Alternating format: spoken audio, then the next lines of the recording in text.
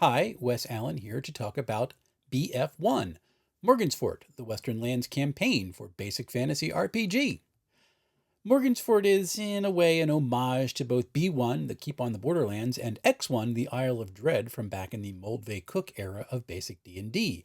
The eponymous fort is located south of a free city-state on the edge of an untamed wilderness. Nearby are some ruins found on an island in the middle of a river, which is the only visible evidence of previous settlement in the area. The fortress serves as a home base where the adventurers can heal up and resupply, much like the old Keep on the Borderlands from back in the day. Morgansfort is actually part of the Western Lands, which are given a few overview descriptions in the module.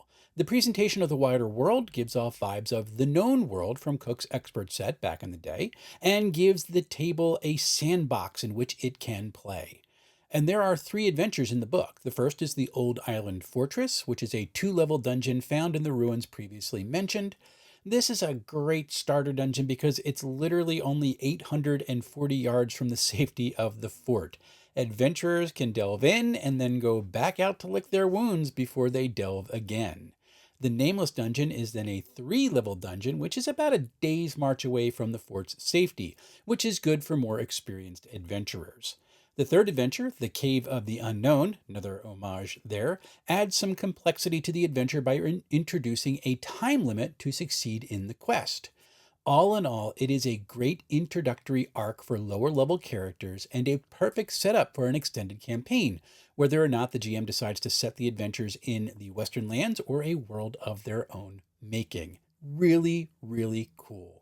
Everything in the book is old school. There's box text to help the GM with descriptions, classic line art depicting the various denizens, and basic maps which only show what's necessary for the GM to describe the shape of rooms and passages, as well as locating where the secret doors are.